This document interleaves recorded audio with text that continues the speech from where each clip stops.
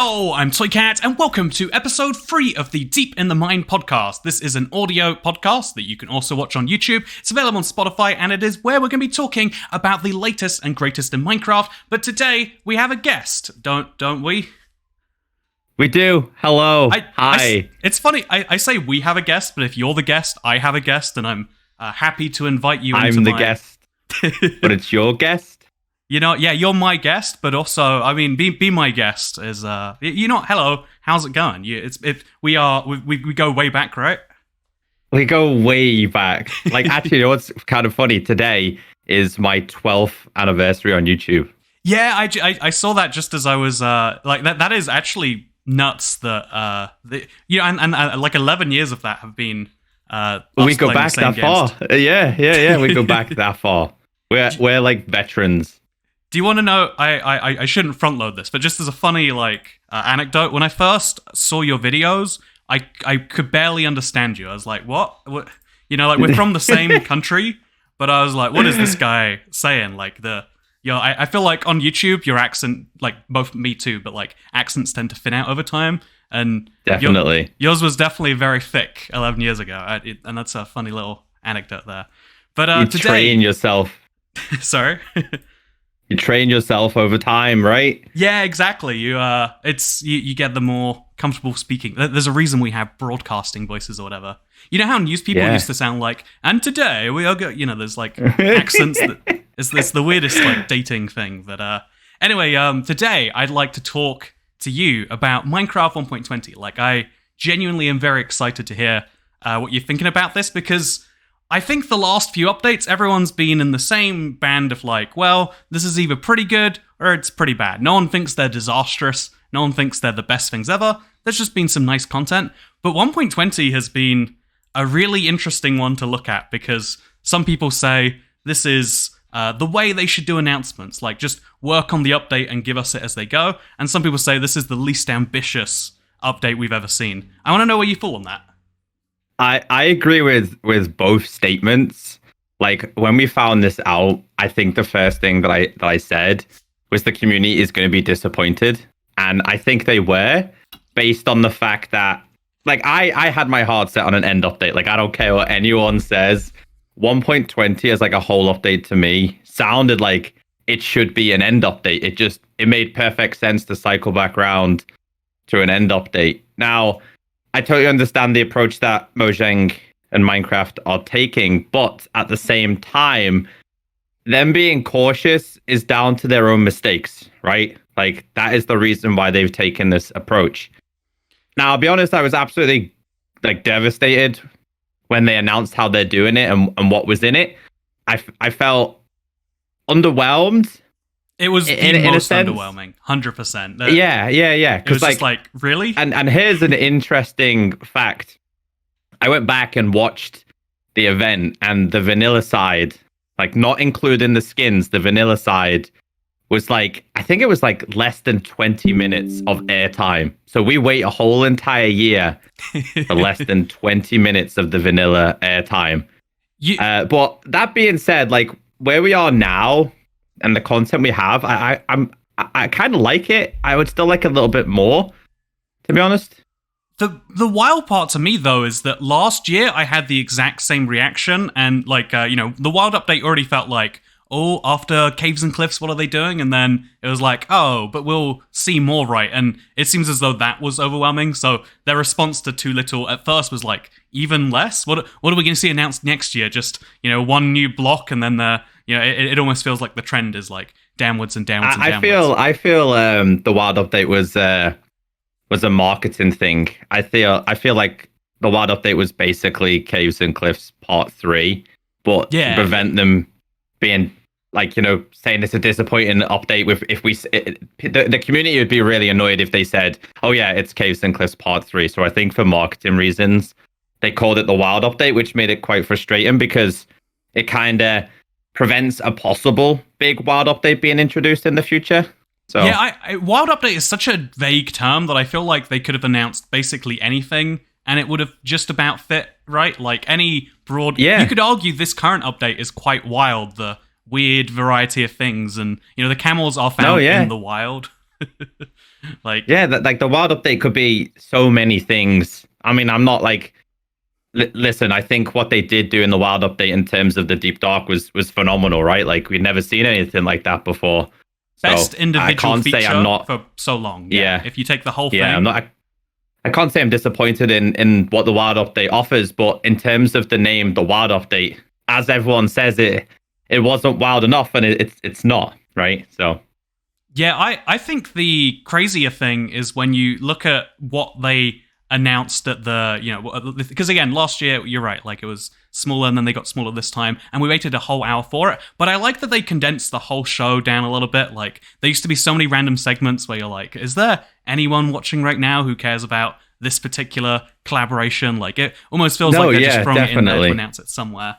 But this actually felt like at the same time, though, it's gone from being like all about Minecraft to I don't want to say it because I like obviously we don't want to say bad things about it, but it's more of just a marketing thing. You know what I mean? They used like the reason why they put the vanilla stuff at the end is because they know most people tune in for the vanilla stuff, and I feel like they used this year's event to market Legends. They know which people would tune out makes sense from a business standpoint, right? Makes sense, but I don't know. I'm excited for it. Don't get me wrong, but like the vanilla side needs more airtime to me.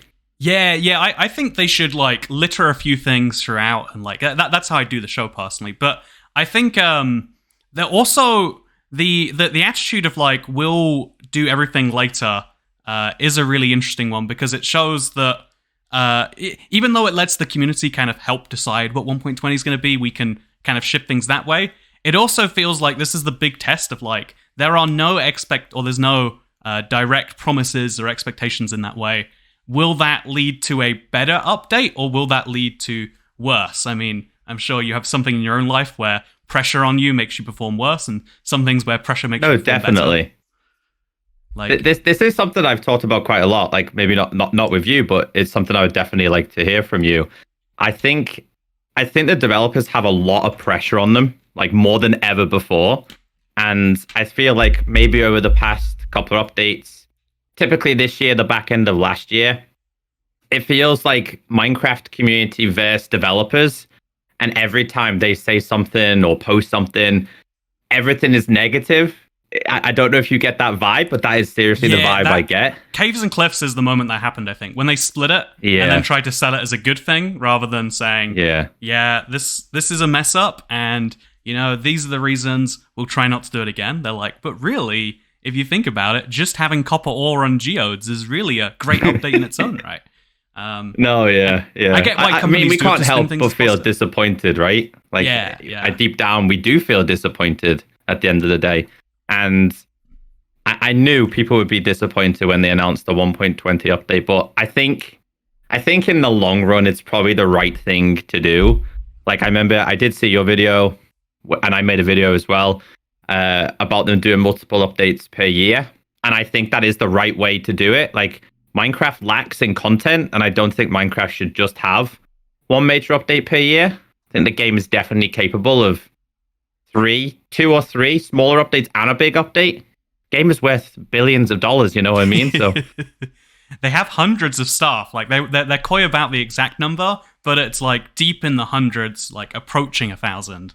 It is. And so it's like, man, how do let's just say it's 500 people come together to make a game, and then we get 15 features a year. Like how something is happening inefficiently there. Like if we had a team of 500 people working on a YouTube channel, sure, maybe we're not getting 500 times the content, but it would be a shocker if you got less than if there was just one of us. You're right. I mean, we're not going to know what goes on behind the scenes. I've heard some interesting things. That's all I'm going to say. Yeah, but I'll say what I can say out loud is a lot of people on the vanilla, like people behind not this broad decisions, but some of the micro decisions, they do have the data on how many Minecraft sales are the increase in Minecraft sales after an update, and I'm sure if they can see that, there's a reason why Caves and Cliffs Part 2 is probably the last half update we'll see. Like I'm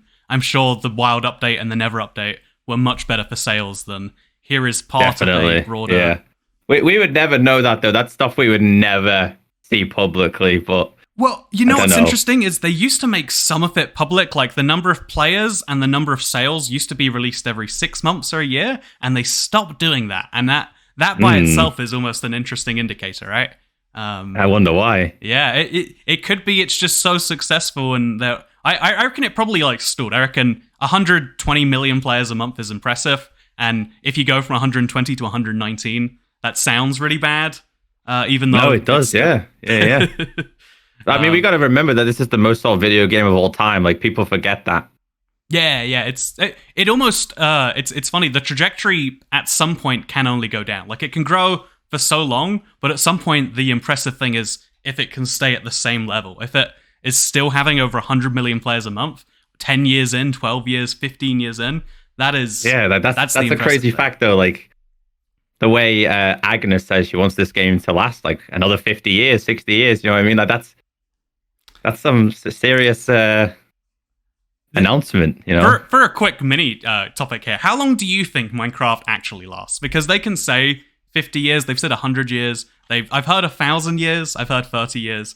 What do you actually? I'd probably say I reckon it's got at least another solid 10 years at the top, providing they do the right things with it. You know, like.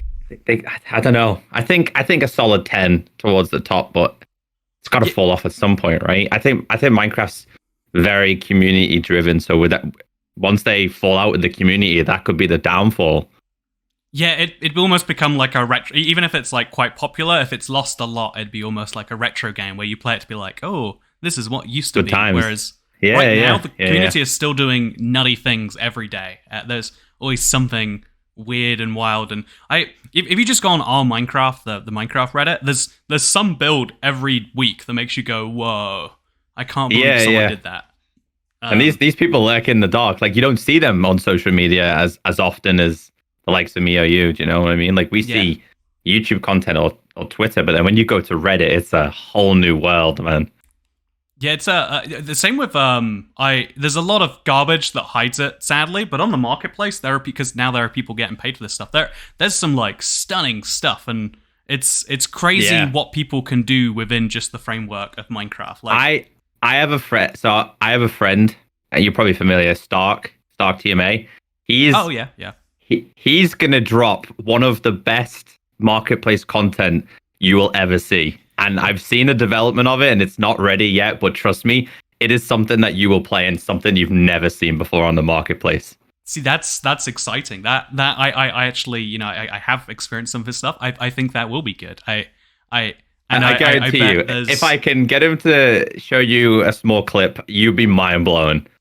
Yeah, I would love that. I would love to see what they're working on to that gets you so excited. That is sounding pretty great. But no, like you said, like when it comes to marketplace content, a lot of it is shadowed by good content. I feel like whoever publishes the content to the homepage, there's like a close connection there. Because the homepage is what makes the money, right? Like 100%. A lot more money, should we say? Yeah. I'll say what I from what I can tell with just my limited data that I can say out loud. It's a factor of like 10 or 50 times more sales. Like, no, that's who's crazy, clicking on view more content? Like, it's if you're not in the top, I think it's called the top 12 slots. The only people seeing your stuff are like people very actively looking for it. You'll still make are looking maybe for a few content, sales, right? But you're not going to make the hundreds of thousands or tens of thousands that the very top end pieces are making. Yeah. Which side note, have you ever looked at the best selling maps? Like, half of them are like incredible, like, wow, these deserve to be here, and half of them are like maps from the very launch of the marketplace where it's like, this is Skyblock, and there's just that many quite people. Outdated. It is. Yeah. I've seen that. Yeah, it's a wild one to see. It's how has your experience with the marketplace been? Yeah, I have to as purchasing as selling. Yeah, as a consumer, I think the marketplace is really challenging, right? Like, how do you find good stuff? The answer is there's not really any great way. There's user reviews, but there's no easy way to like actually find stuff beyond that. Like, I would love to see some like comments and reviews saying like with words being like, this is really good if you want a challenge. This is really good if you want a good base for that. But instead, it's just every now and then they'll promote something interesting outside of the marketplace that brings you in. But there's not much reason to go back in there repeatedly and risk spending $8 on a map that might be terrible.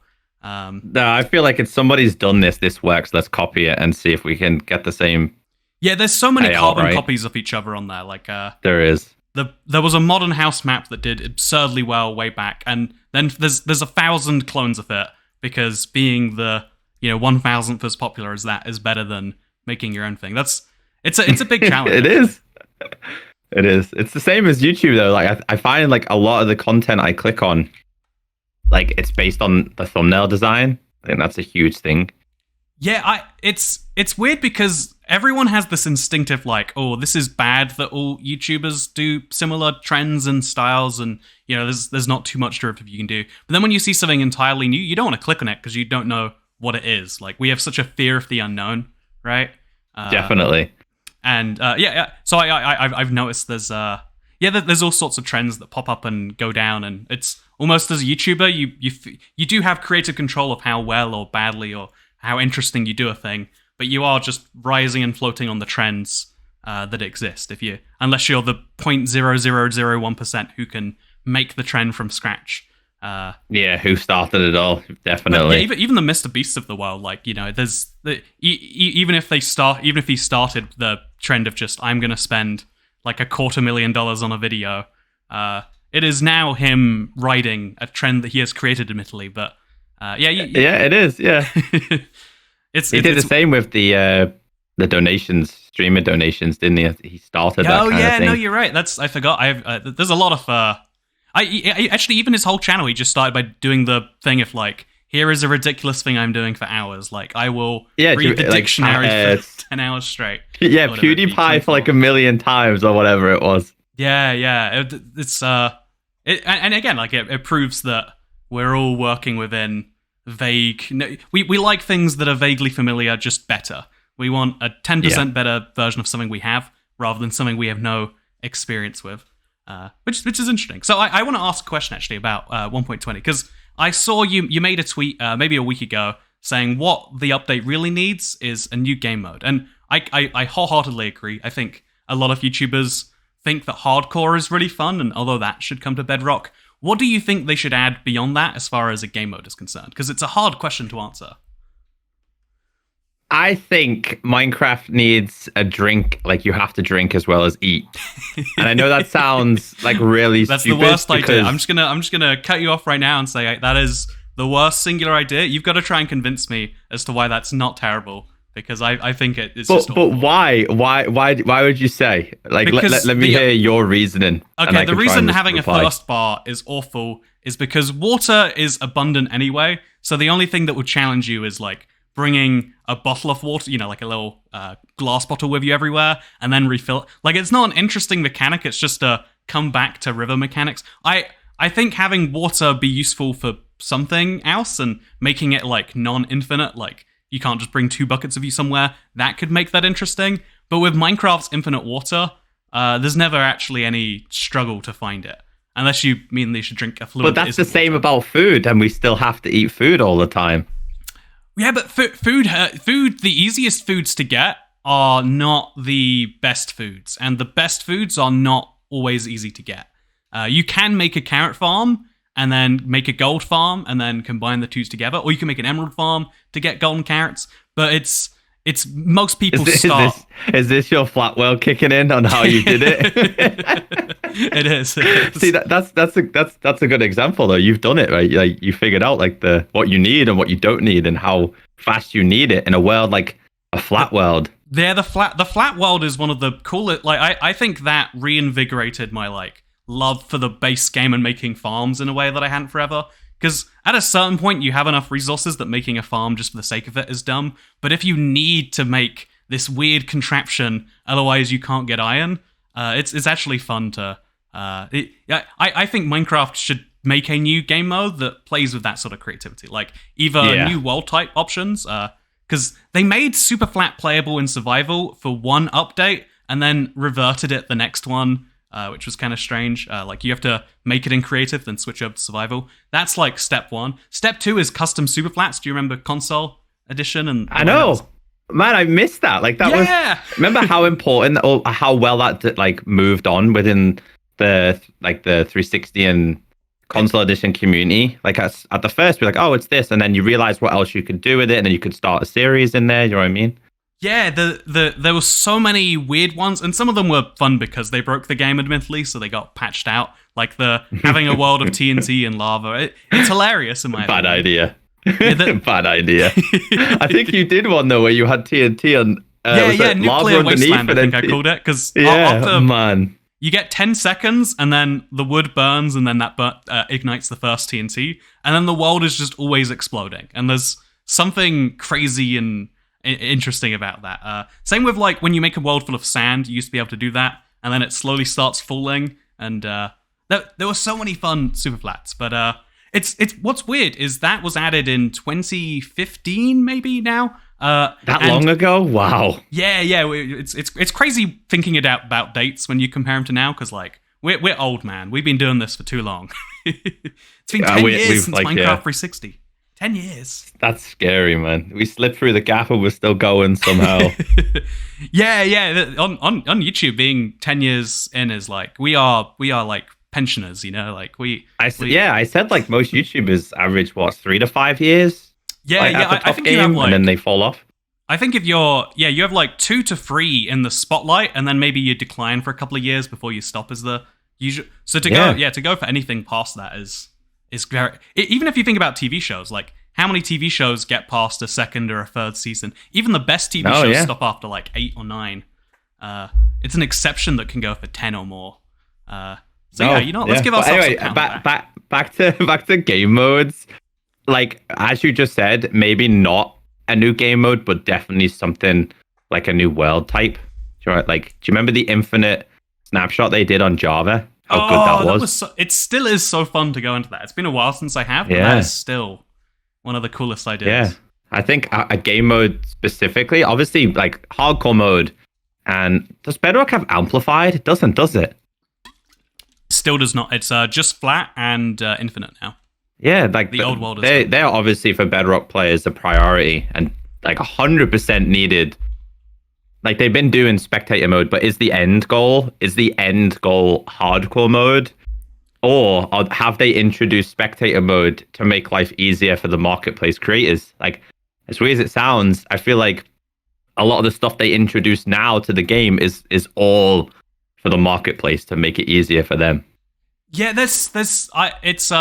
it's almost sounds conspiratorial, but it does seem as though there are so many new commands and things that marketplace people can do. They can make new blocks from scratch now. It is really cool, but it feels like the creativity for things you can buy has gone up by tenfold over the last few years. But we only removed world types, and the flat world doesn't. It doesn't have customization, and there's all these things that probably should be in there, even just for Java parity reasons, but still aren't. Like a village? Villages aren't there either, are they? There's no structures at all, which admittedly makes it more challenging if you are insane like me, but it's... For years it was just assumed you couldn't survive on it because there's no villages. Like, it was a lot of like theory crafting to get past the lack of that. But yeah, there's no villages, no structures of any form. Java Superflat's actually quite fun because you've got strongholds, so you can actually go to the end if you want to. That's someone that's been on my to-do list forever. But I also think though, this isn't actually a great idea for the wider community. But having something harder than hardcore, or at least more challenging and different, because when having regeneration turned off came out, that was also quite interesting. And so if they can make new challenges, do you remember this the weekly series we did? Oh yeah, I can't believe the Amplified. Oh, that was crazy. We did it in Amplified as well. We took a Java Amplified and converted it over. Man. That was good times. Here's an unpopular opinion. I think hardcore is easy. You get yourself a totem farm, you're set for life. The totem of undying actually is kind of an unbalanced feature. It sounds you see my tweet on that the other day. But when they made it farmable, or rather didn't make it unfarmable when people worked out how to farm it, that just meant that now you can never die besides the void. No, yeah. I don't think void, it should be farmable. And a lot of people, I posted that the other day when they did changes with the Vex. I said unpopular opinion, but I don't think the Evoker should be in raids. The Illusioner should have been in there. Like, why did they not do that? Even now, that is one of those fascinating. I would love to hear the internal conversations about the Illusioner. Definitely. Do they have a plan, or have the staff changed so much since then they've all forgotten? Is he just that far from completion? It's basically starting a brand new mob. I want to know. Yeah, it's there in the game, but they don't want to add it, but they don't want to get rid of it. You know, it's like a just in case thing. This is why I think they need to do panels again. We need to hear their like raw thoughts on these sorts of 100%. things. Like 100%. What is the deal with Illusioners? Just the tiniest bit of information would. But yeah, I think Peaceful was actually more challenging than Hardcore. That is my hot take.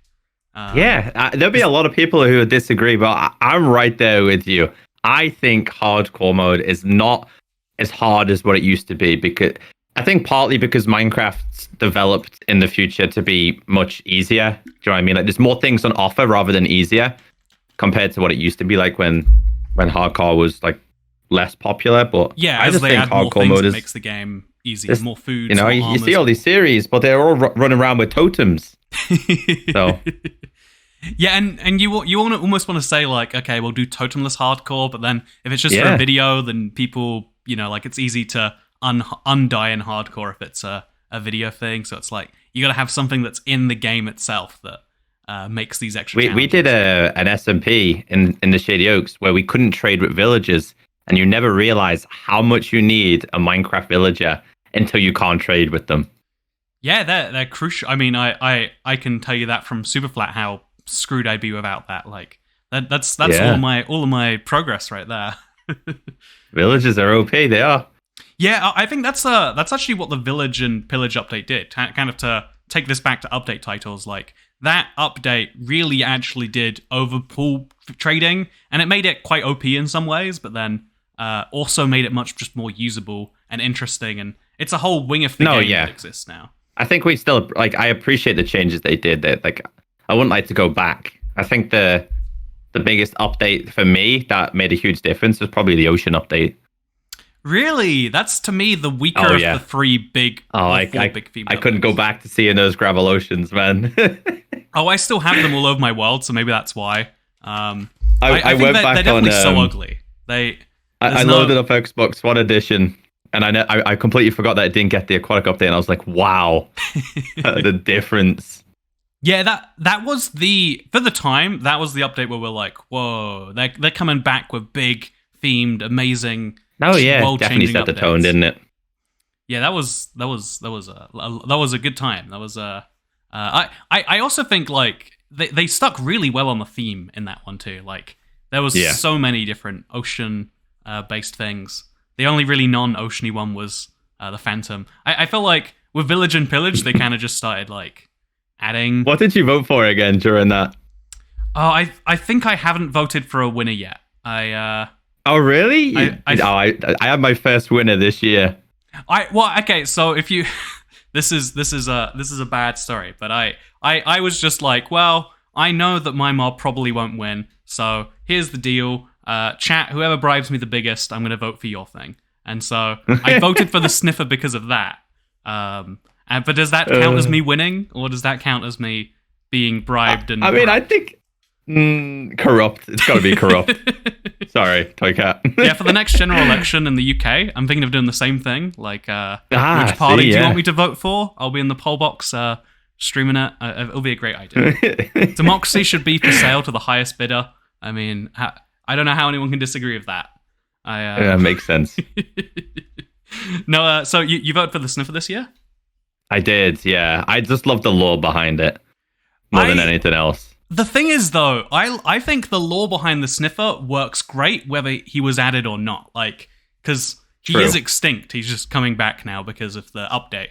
But the rascal and the tough golem, if they don't exist, it's just like, oh yeah, they came up with the idea there might be someone in abandoned mine shafts, but there's not. They're still kind of empty. They're so desperate to add a golem to the game. So desperate. Next year it'll be like, do you want to golem, vote golem, for... golem? Yeah, they're gonna have one terrible mob and 2 golems. I think that's my theory. And then if we don't vote for the golem that year, it will just be 3 golems. That's internally rigged. It seems like I mean honestly the mobs ever since the glow squid one, they've been so inoffensive that I'm not that hyped about any of them. No, me too. I think they did, like, obviously I think everyone has been quite critical on 1.20, but at the same time, I think the way they did the mob vote this year was brilliant. It was so much better. Oh, really? You liked it? I like the fact they did it on a server. I like the fact that we didn't know what was going to win. Yeah, I think the server was incredible, and I hope that's like the one objective win. I think the way they did it was kind of strange of the announcements happening one by one, even though we knew the entire time. But yeah, you're right. But I think the mob choice is what I was kind of complaining about. Is like there isn't much being added for any of them. No, I miss the biome votes way better. But even first of all, yeah, totally agree. But even the Moo Bloom, the Isolager, and the Glow Squid, all 3 of those mobs felt like, maybe besides the Moo Bloom, but I'm sure they could have added some fun feature for him. But it was going to be a hostile mob for the mountains, or a mob that had some weird glowing effect, or a cow that looks like urine. Like there were 3 crazy options, and now it's just. Yeah, there's a golem, and there's a guy who gives you pickaxes, and it's a dinosaur that gives you only decorative flowers. It's confirmed they're only decorative. And it's like, well, yeah. Why? They could definitely do more with it. I also think the information they give us is like basically decides the mob vote. It's if they'd have said confirmed something in the Rascal drop table that was brand new, like, ooh, it's a bag of holding, people would have voted for Rascal, right? That's a perfect example, though. Like you said, like the text decided it for us, and what we didn't, and what we found out later on about the golem is that they stack upon each other. But why not tell us that from the start? Why is that? Yeah. I didn't know that till just now. You're blowing my mind, dude. You know the mob from Dungeons when you complete a tower mission and they're standing on top of each other. Yeah. That's what apparently the golem was based off. Oh, so that would have been incredible. That feels like something we definitely should have known. So why would they not tell us? Like, they limited each animation, right? But then told us extra information either in the description or on the website. Like, put that in the video. Put all that information in the video. Yeah, I think that the more information, every piece of information they humanly have should all be in the video, because we know 90% of people watch the video they're not going to read the description or go to Minecraft.net. That's how people are basing their votes. It should all be in there. It is very strange. You're right. Like, I think with the effort they go through as well to set up the to set up the server, to put it on the website, vote here, vote there. They go through so much effort for very minimal mob related things. My theory is that this is a grand conspiracy theory. They want people to believe that democracy is actually all a lie, and we're all uninformed, really. And they're letting us know by showing us these mobs in Minecraft and being like, wow, isn't it crazy you voted for this one? Then later you learned that actually it's like this. Yeah, and they're trying to turn off a whole generation from democracy by teaching us that you don't know what you're voting for till it's too late. That's my theory. You never know. I think that here's another fun question. What is there that we haven't? Because we've seen a decent amount of 1.20. What is there that we haven't seen that you would most love? You got anything that you're feature that I would like to see? Yeah, like. Ooh, we know the sniff is coming. Question. That's going to be exciting. But otherwise, I think we literally have no idea right now. Right, we're literally in the unknown. No, yeah, it could go in any direction. I would still love to know their internal theme name. Do you think they have, like in their office, like 1.20, the the Critters and Kitters update or whatever they go. I think it's like a quality of life. You look at the features they're focusing on. I think internally it's a quality of life features update. Yeah, and to be fair to them, when I hear quality of life, I'm like, do I really need that? But after seeing so far, actually, they're pretty nice, right? Like, yeah. Did you see you've seen the creative changes, right? Where you can access the command blocks in the creative so menu much and stuff. Yeah, why you was know how that not useful always that the would case? be for Bedrock players? Yeah, the all of those the mob spawner only made its way there too. The light blocks, like that stuff is like game changing because there's a lot of people who are in creative and genuinely don't know those things exist, or they know there's a command block but they've never seen it. Have you ever tried to type out a command on Minecraft Pocket Edition on your phone? Oh no, That's a challenge. It's a challenge. I sometimes try to do like just teleporting around or locating a biome, and it's like this is how you make one Honestly. typo and your whole command doesn't work, and it's really hard to go You back gotta to go the specific again. point. Like, honestly, I look back now. Well, obviously, we used to play 360 Xbox One quite a lot.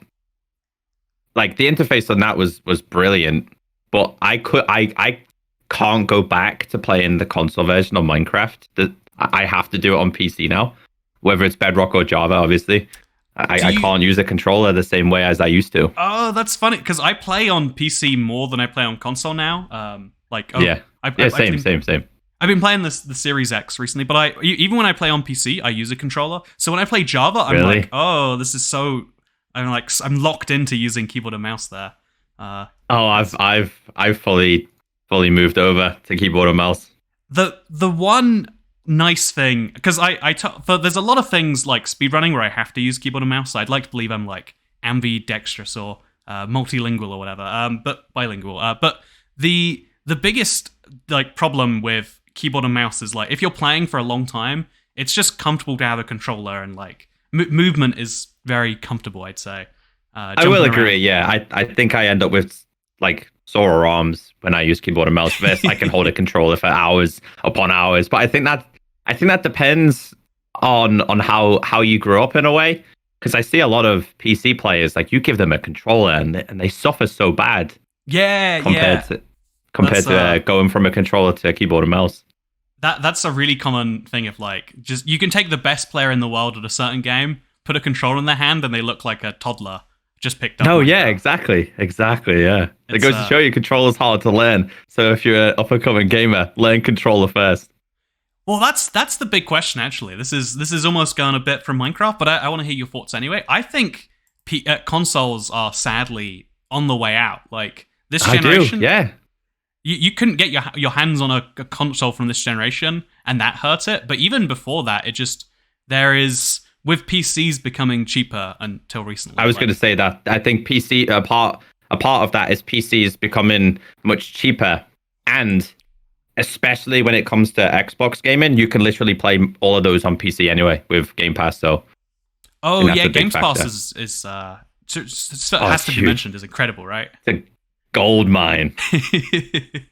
I find it weird to buy a game now. I'm like, I can't just download it for free. Oh, what's that all about? Plus, like, it's not that, like, do you remember we used to just stick a disc in and you could just play for hours and hours and hours? Now you got to put it in, you got to download the game, you got to update the game, you got to. Oh yeah, I haven't bought a disc in so long. Like, I can't imagine getting up and changing disc every time I want to switch games. I just stopped playing and switch to YouTube or something if that happened. Yeah, like, same. I'll switch disc tomorrow. That's YouTube's problem. See, I remember buying a secondhand 360, and the dude like said that most of the stuff he plays was just on the Xbox itself. When he told me it had GTA in it, he just didn't play it. Oh man, that's a big win, huh? That's free game. It's crazy, by the way, that GTA has existed on the 360 and the same game is on the Xbox Series X. By the way. Yeah, like 10, 12 years later, whatever it is. But yeah, you're right that like we've switched how we play games, and that it's sort of advantaging PC, especially because if you spend $500 on a console, you have a console. You spend $500 on a PC, you can play games and then also do all of this other stuff. Like more and more people want to do air quotes content creation, want to do Definitely. all this other stuff that is just only really doable on PC. Like it's there are streaming functions built into Xbox and PlayStation, but you never hear about someone making it big because of those, right? It's not the same, is it? It's just not the same. It's just not. So many limitations. Well, what's weird is there are social media platforms that like basically force you to use your phone, like TikTok on PC. I don't know how many creators would actually use it there, but there's not an equivalent of that for consoles, like a gaming place where you can only stream or record or whatever from a console. It just does not exist. There used to be. Oh yeah, what happened to it, huh?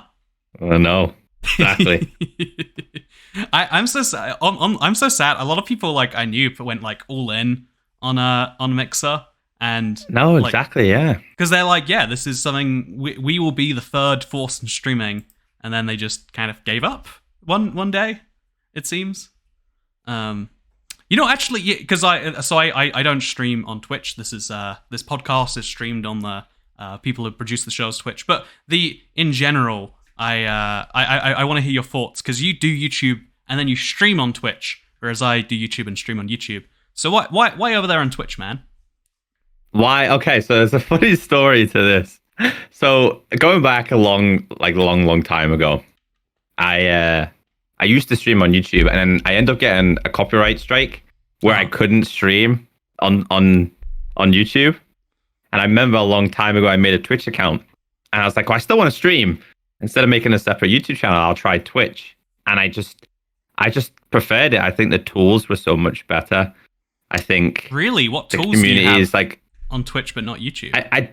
I just think this was back then, not now, but back then. Yeah. Okay. Yeah, YouTube I think the interface is a lot better. Sorry? YouTube sucked for so long. It did. It really did. I think YouTube now is probably going to be the dominant platform for streaming.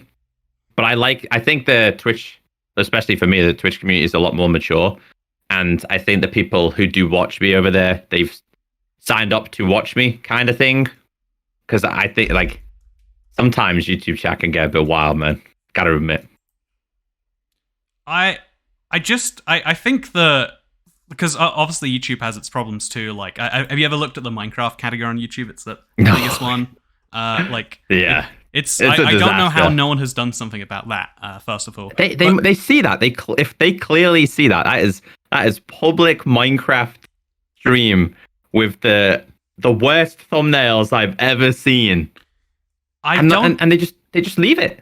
Yeah, they have a whole. They want to get into the gaming and streaming, and then they have the biggest game ever that just is not watchable. You could never watch a Minecraft stream because of it.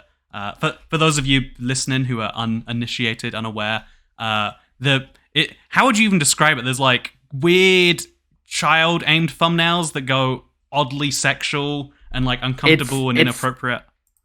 Yeah, that is like probably the perfect way to say it. And then they just stream 24/7 loops off some YouTube videos. Are they making YouTube that much money where they just turn a blind eye to it, or I don't know if they can be, because they only ever have like 300-400 viewers a stream. There's just so many of them that they clog up the whole page.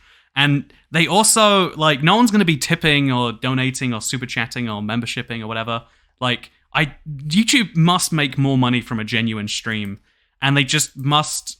Like I can't work out. It's the same thing where like, have they had conversations? Do they just not know? Have only the wrong people heard about this? Like, we just will never know. Honestly, but they want to push streaming on YouTube. But they just ignore it. But it's crazy.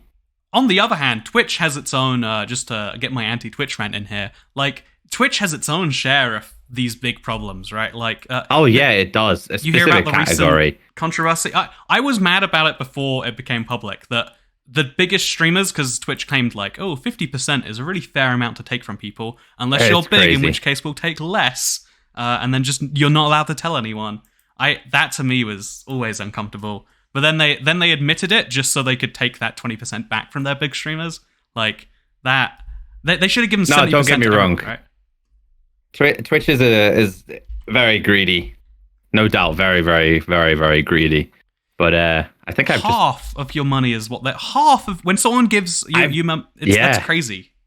That's insane. It's honestly insane. Mad how they get away with it, but I don't know. I've alternated though, to be fair. Even 30%. Even 30% on YouTube makes me uncomfortable. I'm like, really? What do you do YouTube to earn that 30%? And we used to be contracted. Oh, I was contracted to a company, and they would take an extra bit of money. And how we survived is mad. Are you talking about machinima? Are you being yeah? I so almost signed one of those perpetuity lifetime contracts when I started YouTube. Like I was so close, and obviously it would have eventually been fixed, but just the amount of money just skimmed off the top. That's how you make huge money. The reason Apple and Google are so wealthy is because anytime you buy anything on your phone, they make 30%. That is insane, isn't it? Like, what's even funnier to me is they make their whole business on like skimming 30% off the top, almost like a tax, and then they're like famously bad at paying their taxes. So it's like, well, you guys know that this is how you make the money, but you're not gonna. Okay, that's I'm not going to tell anyone, even though it's publicly right there. That's wild. We live in a wild world. We do. It is a wild world. I totally agree with that, but not as wild as an end update would be. Do you think right now on the Mojang drawing board where they say they've got the next 3 updates planned, do you think one of those updates is the end update to end the video out here? I think it would. I think it would have been. But now that they've announced 1.20, I don't think so. Oh, really? You think they're going to go for smaller scale, more laid back updates I thought Wild Update took too long, so they split it.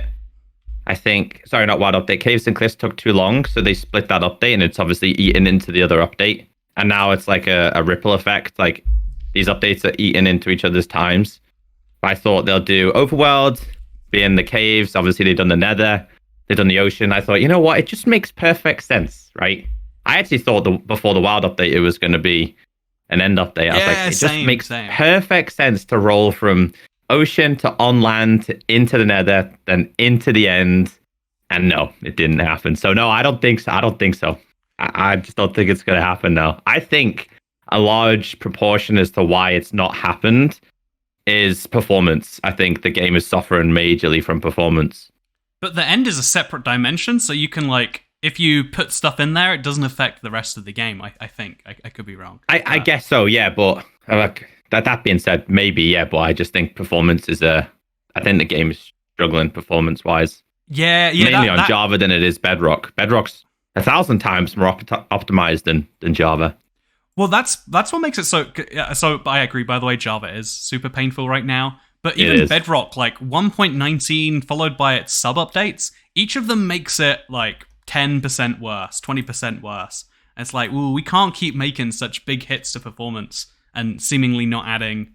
I do agree that we need to have performance improvements. We can't just keep sliding this way. It used to be going the other way. It used to be every update it'd get better. Yeah, it did, and I noticed that a lot last in the Wild Update, mainly in the snapshots. I know they're test things, but that update, man, especially with the ancient cities and stuff, the performance was horrendous. Have you ever booted up Java on your PC? My frames, they tank heavily. Yeah. It's to say the least, mine do the same. Actually, we were talking before about audio quality and how it's so painful when you get it wrong. I didn't even realize how bad my recording was until I posted my video, and then turns out even with a 2080 recording and playing Minecraft Java with 11 chunks of render distance or something, just too much, just impossible. No, yes, I thought I was the only one. That is the exact what you just said is the exact same thing for me, and I'm running the exact same 2080 as well, so it's crazy. But I can happily run a AAA game on full max quality and stream it with no problem, but Minecraft, nah. Yeah, run around 4K 60 FPS on a really visually intensive game? Heck yeah. Minecraft with the render distance turned down a bit? Ooh, I don't know about that. So true. Yeah, it's definitely something they need to get into. But yeah, thank you very much for coming along, helping out my brand new podcast, Echo. Really appreciate it. That's nice to be on. Where should this is what you do at podcasts? You say, where should people find you? find me. Social media as Twitter as at Echoic Soldier, and on YouTube as Echo Soldier. You should definitely do it. I cannot vouch for Echo enough. We're in a similar space of content, so if you like this, you might like what you find over there. Also, Deep in the Mine is brought to you by ibxtoycat.store. Wow, literally just an IBX Toycat t-shirt. Don't they look cute? You can get one. It's Christmas or Thanksgiving or maybe Thanks Christmas. And there's not a sale, but you can get one anyway. They're so good, it's like they're always on sale. Thank you for watching, and I'll see you for episode 4 next week. Thank you again, Echo. No problem.